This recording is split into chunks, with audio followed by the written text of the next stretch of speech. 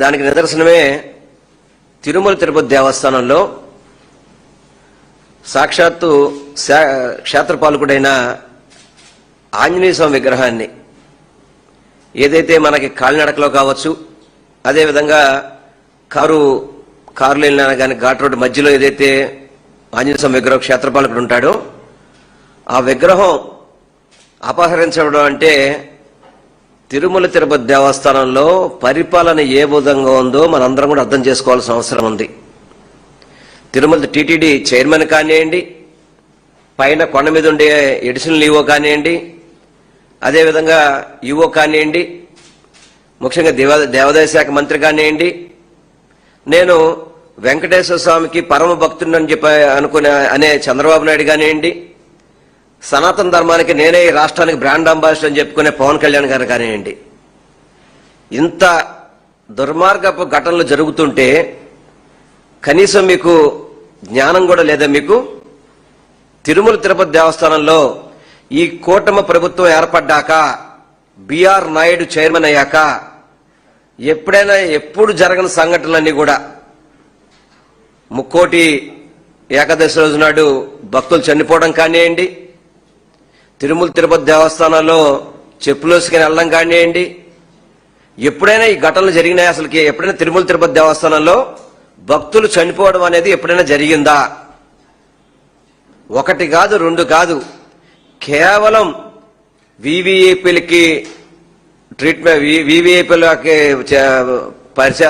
మామూలుగా వాళ్ళందరికీ కూడా పనిచేయడం కానివ్వండి, సామాన్య భక్తులు అందరూ కూడా ప్రతిరోజు మీరు అక్కడికి వెళ్ళి చెబితే సరైన వైకుంఠంలో మాకు సరైన పాలు ఇవ్వరని కానివ్వండి, సరిగా ప్రసాదాలు పెట్టనవని చెప్పని కానివ్వండి, ఇవన్నీ కూడా ఇంత దుర్మార్గంగా జరుగుతున్నప్పటికీ కూడా చంద్రబాబు నాయుడుకి కానీ, సనాతన ధర్మమైన పవన్ కళ్యాణ్ గారికి కానీ కనీసం మనసులో ఏం మాత్రం కూడా క్వశ్చన్ కూడా బాధ కనపట్లేదు. ఆంజనేయ స్వామి విగ్రహం పోయిందని చెప్పి వైఎస్ఆర్ కాంగ్రెస్ పార్టీ, అదేవిధంగా మా బొమ్మన కరుణాకర్ రెడ్డి గారు కావచ్చు, సాక్షి టీవీ కావచ్చు, ఇవన్నీ చూపిస్తే ఈరోజు మేము పట్టుకున్నామని చెప్తున్నారు. అసలు ఈ విగ్రహాన్ని ఏ విధంగా అక్కడి నుంచి తీసుకెళ్లగలుగుతారు? ఇదేనా మీరు భద్రత అంటే? తిరుమల తిరుపతి దేవస్థానంలో ఒక విగ్రహాన్ని అక్కడికి తీసుకెళ్తుంటే ఇంత చేతకాని చైర్మన్ అవసరమా మనకి తిరుమల తిరుపతి దేవస్థానానికి? బిఆర్ నాయుడు, నువ్వు రాజీనామా చేయి, నీకు చేత కాదు పరిపాలన, నీకు పరిపాలన అనేది చేత కాదు. టోటల్ గా కూడా తిరుమల తిరుపతి దేవస్థానం పరిపాలన అంతా కూడా పూర్తిగా అవినీతిమయం. పరిపాలనతో వాళ్ళకి పరిపాలన మీద గ్రిప్పు లేదు. కేవలం వాళ్ళ తాలూకు వాళ్ళకి దర్శనాలు చేయడానికి తప్ప దేనికి కూడా పనికిరాని కమిటీ తిరుమల తిరుపతి దేవస్థానం కమిటీ అని చెప్పి తెలియపరచుకుంటున్నాను. దీనికి దేవాదాయ శాఖ మంత్రి కూడా సమాధానం చెప్పాలి. ఆనంద రామనారాయణ గారు మొన్న ప్రెస్ మీట్ పెట్టి ఏదో శ్రీరంగ నీతులు చెప్తున్నారు. ఆయన ఏదో సొద్దపూసలాగా, నేనేదో మంచోడ్లాగా మాట్లాడే ప్రయత్నం చేస్తున్నాడు. ఒక ఎమ్మెల్యేగా వైఎస్ఆర్ కాంగ్రెస్ పార్టీలో గెలిచి పక్క పార్టీకి ఎమ్మెల్సీకి ఓటేసి సస్పెండ్ అయిన వ్యక్తి ఇతను కూడా వైఎస్ఆర్ కాంగ్రెస్ పార్టీ కోసం, జగన్మోహన్ రెడ్డి గారి కోసం మాట్లాడుతుంటారు. అతను అసలు సిగ్గుచరం ఉందా? నువ్వు ఒక ఎమ్మెల్యేగా ఒక పార్టీలో గెలిచావు వైఎస్ఆర్ కాంగ్రెస్ పార్టీలో, అదే టైంలో ఎమ్మెల్సీ ఎన్నికలు వస్తే టీడీపీకి ఓటేసావు. అప్పుడే కదా నేను వైఎస్ఆర్ కాంగ్రెస్ పార్టీని నేను సస్పెండ్ చేసింది. నువ్వు జగన్మోహన్ రెడ్డి గారి గురించి, మా పార్టీ గురించి, మా గురించి మాడతావా? మొన్నేదో చెప్తున్నాడు అంతర్వేది రథం గురించి, అంతర్వేది రథం ఉంది, ఇదైంది అదేంది అని చెప్పని. ఏమయ్యా, అంతర్వేది రథం కోవిడ్ టైంలో జరిగినప్పుడు దాని మీద మనం విచారణ చేస్తున్నప్పుడు ఎక్కడా కూడా ఆధారాలు దొరకపోతే ఆ రోజు బీజేపీలో ఉన్న సోమవీర్రాజు గారు కావచ్చు, అదేవిధంగా ఆ రోజు అంటే నువ్వు వైఎస్ఆర్ పార్టీలో ఉన్నావు, తెలుగుదేశం పార్టీ నాయకులు కావచ్చు, మీరు సిబిఐకి 1000 అంటే సిబిఐకి 11/9/2020 సిబిఐకి జీవో ఇచ్చాం దీని మీద ఎంక్వైరీ చేయమని చెప్పని. మీ కూటమి ప్రభుత్వం మీరే కదా, భారతీయ జనతా పార్టీలో మీరు భాగస్వామే కదా, ఎందుకు సిబిఐ ఇప్పటివరకు టేకప్ చేయలేదు దీని మీద? మాట్లాడితే అంతర్వేది గురించి మాట్లాడతారా? అంతర్వేది రథంది ఏదైతే ఇవన్నీ కూడా ఆ రథం ఆ రోజు దగ్ధమైనప్పుడు కరెక్ట్ గా మళ్ళీ ఆ పండగ లోపే ఆ రథాన్ని పునర్నిర్మించిన ఆ రోజు దగ్ధమైనప్పుడు ఇది మళ్ళీ పునర్నిర్మించింది సీఎం వెంటనే. అది కూడా మా నాయకుడు జగన్మోహన్ రెడ్డి గారితోనే రథాన్ని ఆ రోజు ప్రారంభించాం. ఇది చెప్పరాళ్ళు. అదేవిధంగా 2014 నుంచి 19 మీ తాడేపల్లి గూడెంలోనే ఆ రోజు దేవాదాయ శాఖ మంత్రిగా ఉన్న మాణిక్యాల నగర్ కాన్స్టిట్యూన్సీలోనే ఇలాగే రథం దగ్ధమైతే మీరు నిర్మాణం చేశారా? చెప్పండి. మీరు జగన్మోహన్ రెడ్డి గారి గురించేను ప్రభుత్వంలో హిందూ దేవాలయాల గురించి మాట్లాడతారా? అసలు హిందూ దేవాలయాల గురించి కానీ హిందూ భక్తుల గురించి కానీ మాట్లాడే నైతిక హక్కు మీకు లేదయా? నైతిక హక్కు మీకు లేదు.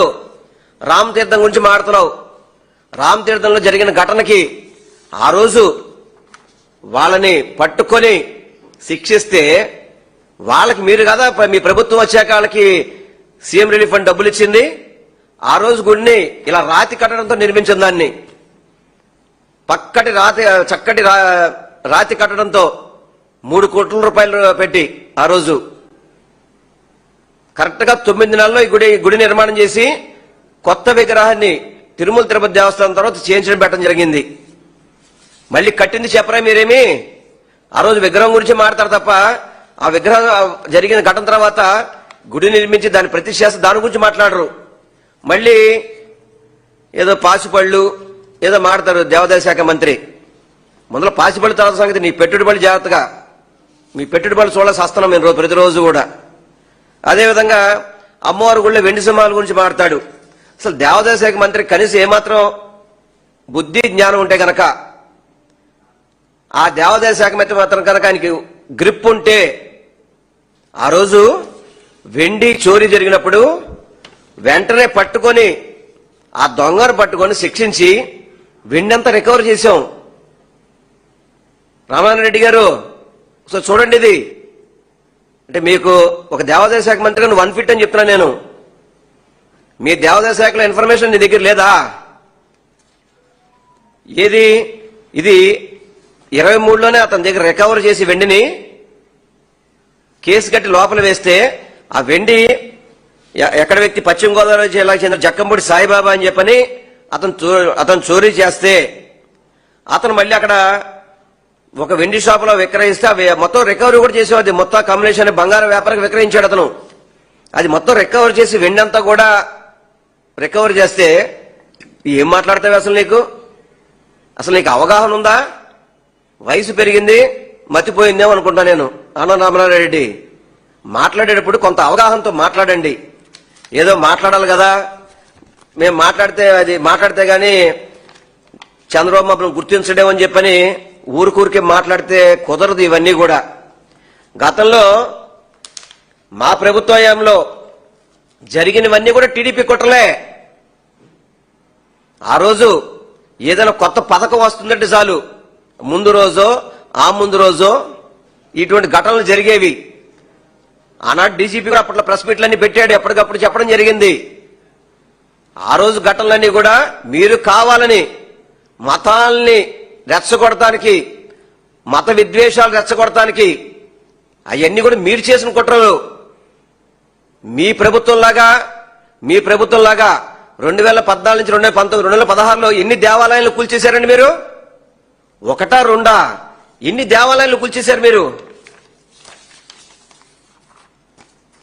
దాదాపు అడ్డగోలుగా కూల్చేశారు. మామూలుగా 1, 2 కాదు. అవి ఆ విగ్రహాలు తీసుకెళ్లిపోయి చూడండి ఏ విధంగా విగ్రహాలు పడేశారో. వీళ్ళకి దేవుడి మీద భక్తి ఉందా? వీళ్ళు హిందూ దేవాలయాల గురించి మాడతారా? చూడండి ఆంజనేయ స్వామి విగ్రహాన్ని తీసుకెళ్లి మున్సిపల్ కార్పొరేషన్ వ్యాన్లో పడేశారు. చూడండి మున్సిపల్ కార్పొరేషన్ వ్యాన్లో పడేశారు. ఇది 2016. అప్పుడు కూడా ఆనంద రామనారాయణ గారు అక్కడే ఉన్నారు, ఆ పార్టీలో ఉన్నారు. 1 కాదు 2 కాదు ఆంజనేయ స్వామి విగ్రహాలు కావచ్చు, ప్రతి ఒక్కటి చూడండి ఏ విధంగా గుళ్ళు పొక్కలను పెట్టి కొట్టేశారో. ఇది కదా ప్రభుత్వం పడేసినాయి అంటే. ఇవి కదా దేవాలయాల మీద దాడులు అంటే.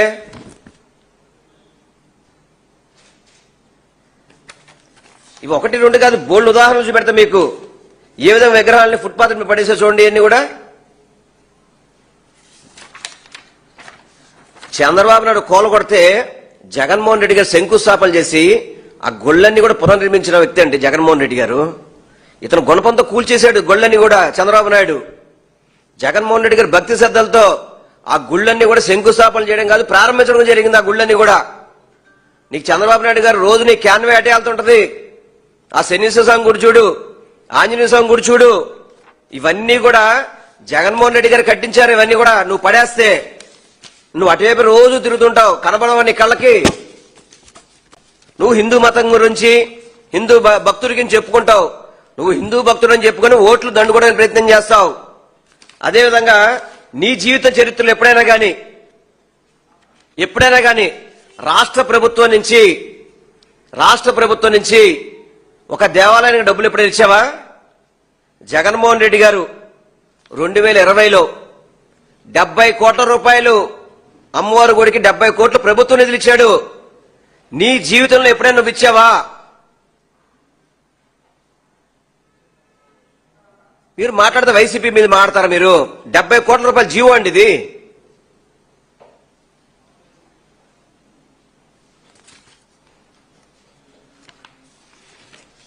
అదేవిధంగా జగన్మోహన్ రెడ్డి గారు చంద్రబాబు కూల్చేసిన గుళ్ళన్నీ కూడా, ఆయన కట్టి ప్రారంభించిన గుళ్ళన్నీ కూడా, ఇవన్నీ మేము సాక్షాధారాలతో చూపెడతాం. నీలాగా గాలి కబుర్లు చెప్పాం, నీలాగా గాలి కబుర్లు చెప్పే పరిస్థితి ఉండదు. వయసులో పెద్ద ఆయన కదా, ఎందుకని చెప్పని మాట్లాడుతుంటే ఏదో జగన్మోహన్ రెడ్డి గారిని తిడితే చంద్రబాబు నాయుడు అతన్ని ఏదో దగ్గర తీసుకుంటాడని చెప్పని దిక్కుమాలిన ఆరోపణలు చేయబాకండి. ఇప్పటికైనా కానీ దేవాదాయ శాఖని, ముఖ్యంగా తిరుమల తిరుపతి దేవస్థానంలో పవిత్రత దెబ్బతింటుంది. వెంకటేశ్వర స్వామికి కళంకం వచ్చే విధంగా తిరుమల తిరుపతి దేవస్థానంలో మీరు భద్రతా లోపాల వల్ల, మీ నిర్లక్ష్యం వల్ల దాదాపు 50 నుంచి 60 సంవత్సరాల క్రితం ఎప్పుడో విగ్రహం ఉంటే ఆ విగ్రహం పోతుంటే ఏ ఒక్కరూ స్పందించరే. పవన్ కళ్యాణ్ గారు ఇప్పుడు గుడిమెట్లు కడగాలి కదా, కడగరా గుడిమెట్లు? ఇది మీ తప్పిదం కాదా?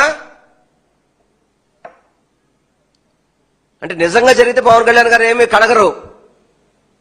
అబద్ధాలకి, తప్పుడికి, వాటికి పవన్ కళ్యాణ్ గారు గుడిమెట్లు వచ్చి కడుగుతారనమాట. అప్పుడు సనాతన ధర్మం, దీక్ష, బట్టలు అన్ని అప్పుడు గుర్తుకొస్తాయి.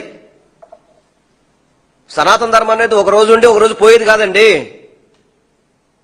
దేవుడి భక్తి అనేది ఒక రోజు ఉండి ఒక రోజు పోవడానికి లేదు, ప్రతిరోజు ఉండాలి. దానికి బూట్లు వేసుకొని పూజ చేయడాలు మీరే మాకు చెప్పేది. దయచేసి చెప్తున్నాం, మళ్ళీ దేవాదాయ శాఖ కానివ్వండి, తిరుమల తిరుపతి దేవస్థానం కానివ్వండి, సింహాచలంలో ఆ రోజు చంద్రోత్సవానికి భక్తులు చనిపోవడం కానివ్వండి, కాశీబొగ్గలో కానివ్వండి, ఇవన్నీ కూడా వీళ్ళ అసమర్థతే. ముఖ్యంగా వీళ్ళు హిందూ భక్తులందరికీ కూడా చంపలేసుకుని క్షమాపణ చెప్పాలి. 2014-19 లోపు గోదావరి పుష్కరాలు 30 మందిని పొట్టం పెట్టుకున్నారండి షూటింగ్ కోసం, సినిమా షూటింగ్ కోసం. పూర్తిగా హిందూ దేవాలయాలకి భద్రత కరువైపోయింది. మళ్ళీ దేవాదాయ శాఖ నిధులు తీసుకెళ్లి తల్లికి 100 డబ్బులు ఇస్తున్నారు వీళ్ళు. చూడండి ఎంత విడ్డూరం ఇది. వీటన్నిటికీ కూడా మీరు మూల్యం చెల్లించుకోక తప్పదు. ఇప్పటికైనా కానీ భక్తి శ్రద్ధలతో దేవాలయాల మీద పరిపాలన చెయ్యండి. తిరుమల తిరుపతి దేవస్థానం పవిత్రత కాపాడండి. అంతే తప్ప మీరు ఓన్లీ రాజకీయం కోసం దేవుళ్ళని వాడుకుంటారని చెప్పని హిందూ భక్తులకు కానీ హిందూ దేవాలయాలకు కానీ సరిగ్గా కనుక లేకపోతే వైఎస్ఆర్ కాంగ్రెస్ పార్టీ తప్పకుండా ఉద్యమాలు చేస్తాము. మా దేవాలయాల్ని మా కాపాడుకుంటాము, మా భక్తులకు కూడా మేమే అన్ని విధాలు చూసుకుంటామని మీ ద్వారా మేము తెలియపరచుకుంటున్నాం.